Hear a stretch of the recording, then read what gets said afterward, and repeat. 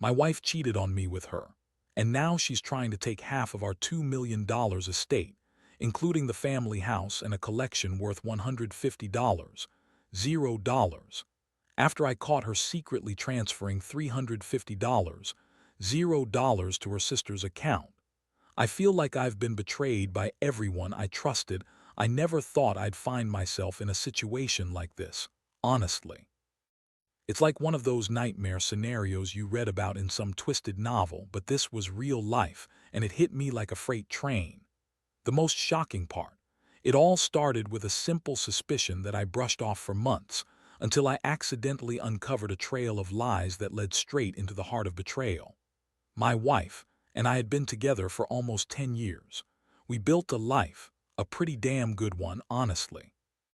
Our estate's worth about $2 million, including the house we own in the suburbs, a collection worth around $150, $0, and a few other investments. I worked hard, made good money, and she was supposed to be my partner, my best friend. But somewhere along the way, things started to change. She became more secretive, staying late at work, hiding her phone more often, and snapping at me if I ever asked about her day. Initially, I shrugged it off. Women have their moods, right? Maybe she was stressed or just busy. But then I started noticing little things, her phone pinging at odd hours, her getting defensive when I tried to look at her screen, and her suddenly having a work trip that kept getting extended. I didn't want to jump to conclusions, but I couldn't shake the feeling that something was off. One night I was in the study going over some financial papers when I noticed something strange. There was a transfer of $350, $0 to her sister's account. I froze. That's a huge chunk of money, more than I'd ever seen in one place, honestly. I immediately felt a cold knot tighten in my stomach. I'd always trusted her with our finances, but this, it seemed way out of line. I decided to dig a little deeper. I pulled up her phone records, and what I saw made my blood run cold. Texts with a guy named Mark, her, that were way too intimate. Flirty, suggestive. I saw messages where she was calling him babe, and she'd even made plans to meet him after hours, something she'd never mentioned before. It was clear she'd been lying to me for months about her whereabouts, hiding the affair in plain sight. It hit me hard. I'd been blind, or maybe just too trusting. I felt betrayed by the woman I loved and trusted with my life. She had lied about her work trips, about her evenings out, and now I was staring at proof that she'd been cheating on me with someone she worked with. It wasn't just an emotional betrayal. It was a financial one, too. That money transfer. It was her way of helping him, or maybe covering her tracks, I don't know. But the fact that she'd gone so far, secretly transferring money, made me realize I couldn't stay silent anymore. I decided I had to confront her. But I knew this wasn't going to be easy. Is a fiery woman, bitchy, manipulative, and very good at lying her way out of any situation. I'd seen her do it before, and I knew she'd deny everything, spin some story, and try to make me look crazy. Still, I had to face her. The truth had to come out, even if it shattered everything I thought I knew about us. So that's where I am now, sitting here trying to figure out what's next, all while feeling like I've been betrayed by everyone I trusted, her, her family, even myself for not seeing it sooner. The pain is raw and the anger is boiling beneath the surface. I never imagined I'd be in this position, but here I am, ready to face whatever comes next. The confrontation was inevitable. I knew I couldn't keep quiet any longer, not after what I'd uncovered. I waited until she was supposed to be at work, her usual long meetings, but I knew better than to trust her word now. I followed her, just to see where she'd really go. It wasn't hard. She was predictable in her lies, and her route to Mark's apartment was obvious. When I pulled up and saw her walking in, I felt everything crashing down inside me. My stomach clenched, and my hands trembled as I watched her disappear behind that door. I waited outside for what felt like forever, trying to process what I'd just seen. When she finally came out, I stepped out of the shadows and called her name. She looked surprised, almost guilty when she saw me. Her face twisted into that fake smile she always wore when she was lying. "What are you doing here?" she asked, trying to sound casual, like I was just some inconvenience. I didn't hold back. "I know what's been going on. I saw the messages. I saw the transfer to your sister. Tell me the truth. Are you cheating on me?" Her eyes flickered with anger, then quickly shifted into that bitchy, defensive glare she always used when she was cornered. "You're crazy. You're overreacting. You don't have any proof of anything. You're just paranoid." I clenched my fists. "Proof? You think I'm crazy because I found your secret bank transfer and your texts calling him babe? Don't lie to me. I've had enough of your bullshit." She scoffed and crossed her arms. "You're always accusing me of stuff. Maybe you're the one with the problem. I work late, I have friends, and you're just jealous because I'm more successful than you think I am. You're losing control." Losing control? That was rich coming from her. I'd been doing everything right, building our future, managing our assets, making sure we were secure. Meanwhile, she was sneaking around, hiding her affair and transferring money to her sister to support her own lies. I felt a surge of rage, but I kept my voice steady. "Stop lying. I saw the messages. I saw the transfer. You're sleeping with Mark, aren't you? How long has this been going on?" Her face went pale for a second, then she snapped back. "You don't know what you're talking about. You're just accusing me because you're insecure. Maybe if you paid more attention to me instead of obsessing over money and your stupid estate, I wouldn't have had to find comfort elsewhere." That was the moment I realized she was trying to turn it around, make me the bad guy. Typical. She was so good at twisting words, twisting the truth. But I wasn't going to let her manipulate this. I told her I wanted her to pack her bags and leave, that I needed some space to think. She spat back at me, calling me paranoid, jealous, and controlling, but I didn't care. I knew the truth, and I was done playing her game. That night I sat alone in the living room, staring at the documents and messages I'd printed out. The betrayal cut deep. I felt like I'd been punched in the gut, betrayed by the woman I'd loved and trusted for so many years. I kept asking myself how I missed all the signs, how I could have been so blind to her lies. The anger was boiling, but underneath it was a profound sadness. I thought I knew her. I thought we had something real. And now, everything was falling apart. But what scared me most was the financial mess she'd created. That $350, $0 transfer to her sister wasn't just a random act of generosity. It was part of her plan to cover her tracks, to make sure she had some kind of backup. I knew I had to act fast to protect what was mine. The estate, the house, the collection. These weren't just things, they were our future, and I wasn't going to let her take that away from me. I decided I'd consult a lawyer first thing in the morning. I needed to understand the legal implications, how much of the estate she could actually claim and what I could do to prevent her from draining everything. I also knew I had to be prepared for her next move. Was cunning, manipulative, and used to getting her way. I had to be smarter, more strategic. The emotional toll was heavy. I felt betrayed, humiliated, and furious all at once. I kept replaying the moments when I trusted her, when I thought we were solid. I wondered how she could lie so effortlessly, how she could pretend to be the loving wife while secretly planning her escape. The pain was overwhelming, but I knew I had to stay strong, for myself, for what I'd built. And somehow I knew this wasn't the end. Not yet. The next morning I woke up with a pounding head and a sick feeling in my gut. My mind kept circling back to everything I'd uncovered, her texts, the transfer, the lies. I knew I had to act quickly. First step, find a good lawyer who could help me understand what I was facing. I spent hours on the phone, finally connecting with a firm that specialized in high net worth divorce cases and asset protection. They were aggressive, experienced, and understood the kind of financial mess I was in. While I waited for the legal advice, I started pulling together all the evidence, the bank statements showing the transfer, the messages, her schedule, and her phone logs. I wanted to be ready when I confronted her again. I also went through the estate documents, our will, the property deeds, the collection inventory. I needed to know exactly what was at stake and how much she could realistically claim if we went to court. Later that day, I got a call from my lawyer, Michael. He was blunt and straightforward, which I appreciated.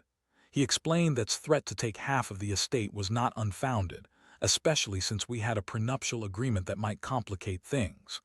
But he also warned me that she was likely to fight dirty, using any loopholes, manipulating the court, or spinning stories to get what she wanted. The key, he said, was to be firm, organized, and ready to fight for what was legally mine. I told him about the transfer to her sister. He confirmed that such large transfers could be contested, especially if they were part of an attempt to hide assets or divert money. We need to freeze those accounts if possible and investigate where the money had gone afterward.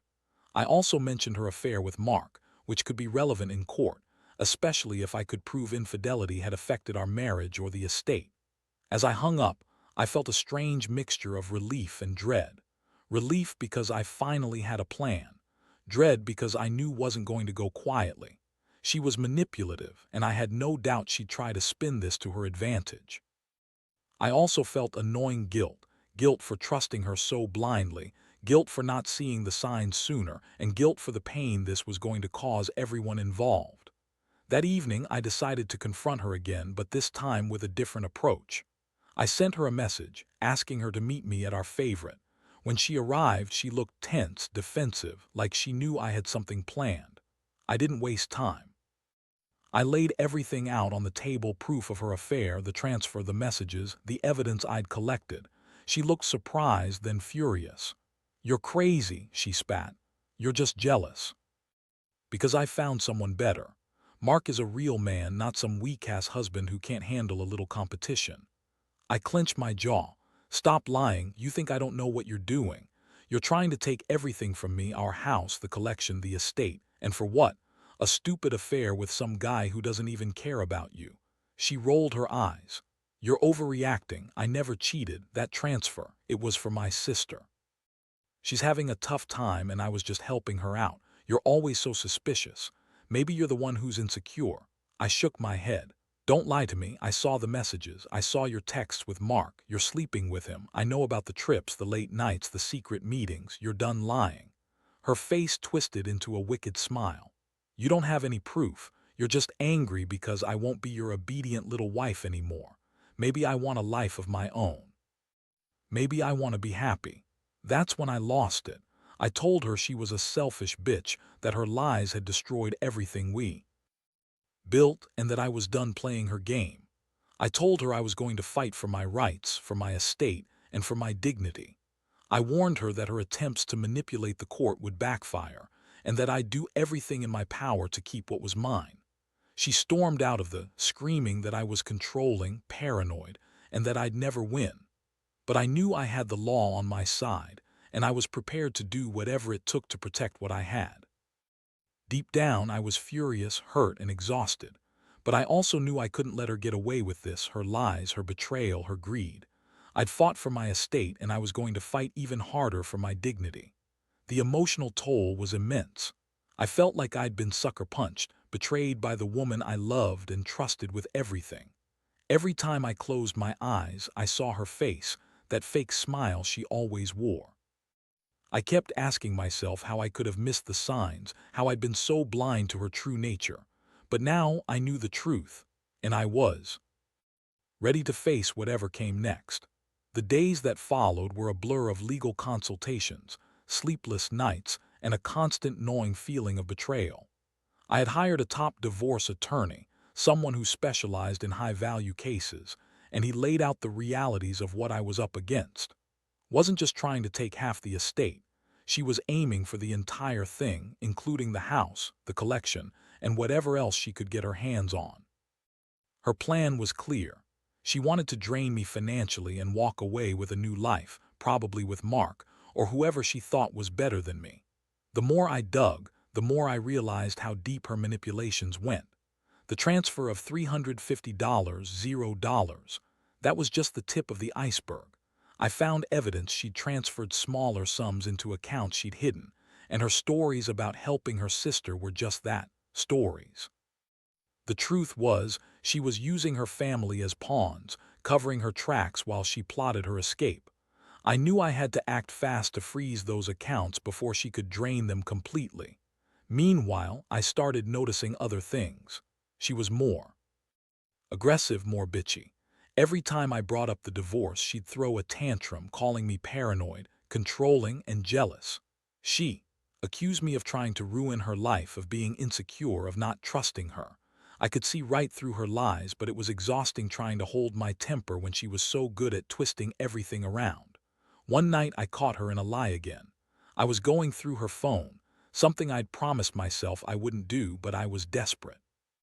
I saw a new message from Mark saying they had plans again, and she was replying with that same flirty tone.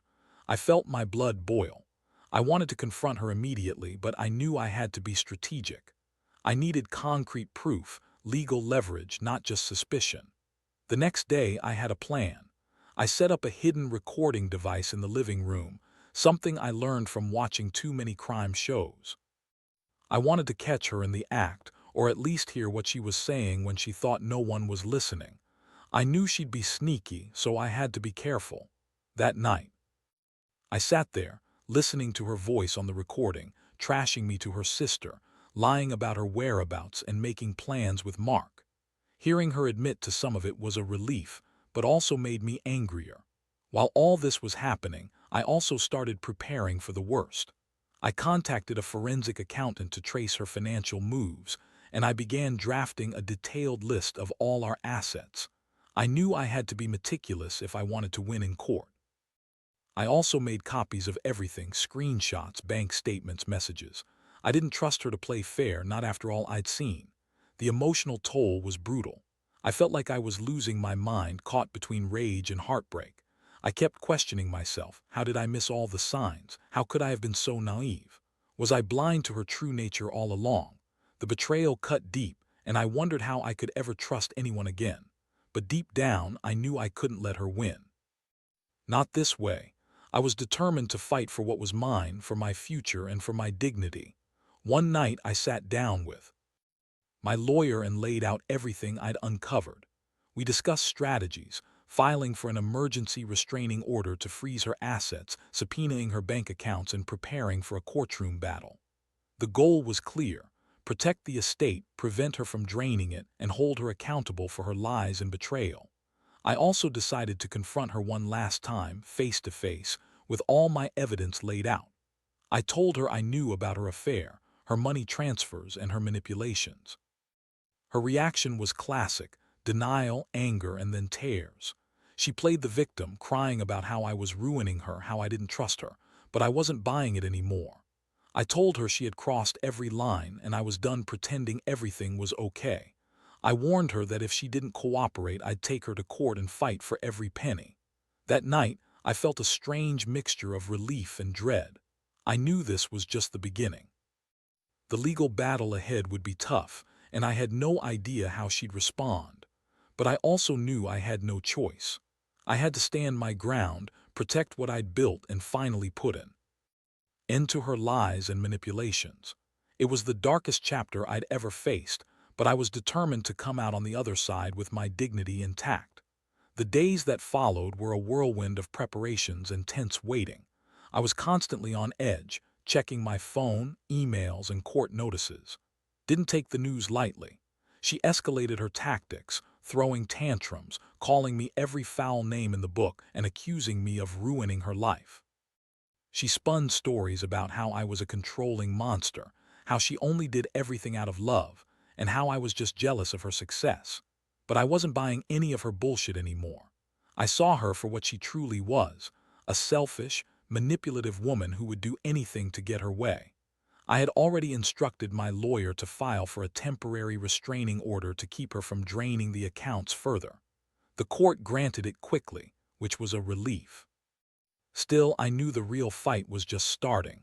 Was no fool. She tried to outmaneuver me, and I had to be ready for her next move. I also made sure to document everything: her angry outbursts, her lies, her attempts to manipulate the court. This wasn't just about the money. It was about protecting my integrity and making sure she couldn't steal what was legally mine. Meanwhile, I kept a close eye on her social media accounts, just in case she tried to spin her version of events publicly. I knew she'd want to control the narrative, paint herself as the victim, and rally her friends and family to her side. But I had enough evidence: her texts, her bank transfers, my recordings, to counter anything she threw at me.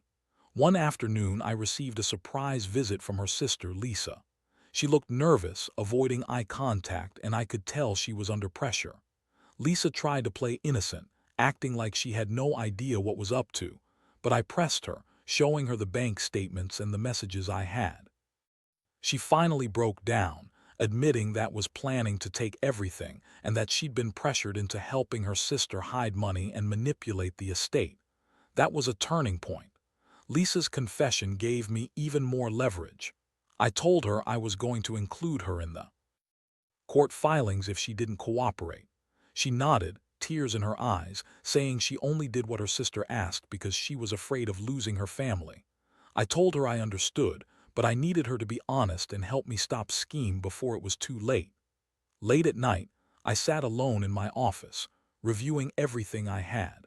I felt a strange mix of exhaustion and determination. I knew I was fighting a battle not just for my assets but for my dignity. Lies and manipulations had almost broken me, but I was stronger than she thought. I had the evidence, the law, and the will to see this through. In the end, I realized that trust is fragile.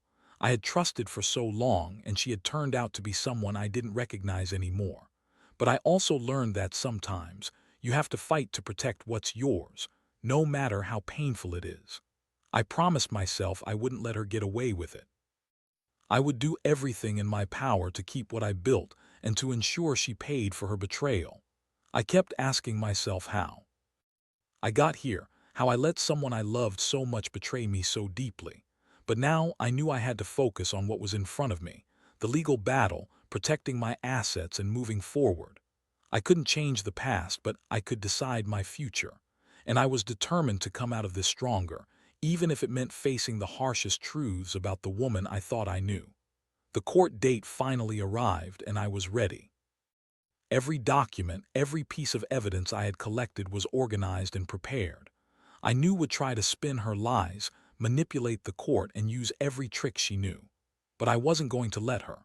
I saw through her manipulations now, her bitchy attitude, her lies, her attempts to paint herself as the victim. They all fell apart under the weight of the truth. When we stood before the judge, I laid out everything. The evidence of her affair, the illegal transfers, her attempts to hide assets, and her manipulation of her sister. I presented the recordings, the bank statements, and the messages. I explained how she had betrayed me, how she had tried to take everything I worked so hard for. The judge listened carefully, asking questions, scrutinizing the documents, and ultimately siding with me. The court issued an order to freeze her assets, including the house and the collection, and set a date for a full hearing. The aftermath was a relief, but also a hard reality to accept. Was furious. She screamed and cursed outside the courtroom, calling me every name in the book, accusing me of ruining her life. But I didn't care. I'd won the legal battle, at least for now. More importantly, I'd protected my estate and my future. In the weeks that followed, I moved out of the house. It was a painful process, selling the collection, dividing the assets, and dealing with the emotional scars. I felt a strange sense of emptiness, like I'd lost a part of myself. But I also felt a newfound strength. I had faced her lies, her manipulations, and her greed head-on, and I had come out on top. Reflecting on everything, I realized how much I had learned. Trust is fragile, and sometimes the people closest to us can surprise us with their true colors. I also learned that standing up for yourself, no matter how hard it is the only way to truly protect what's yours. No amount of money or possessions can replace the betrayal and heartbreak I experienced, but I now understand the importance of being vigilant, honest with myself, and willing to fight for what's right. In the end, I've come to see this as a painful but necessary lesson. I still mourn the loss of what I thought we had, but I also see a new beginning ahead. I've learned to rebuild, to trust cautiously, and to never let anyone take advantage of my trust again. The estate is now protected, and I'm focusing on my future, better, wiser, and more prepared for whatever comes next. That's the real victory, reclaiming my life, my dignity, and my peace of mind.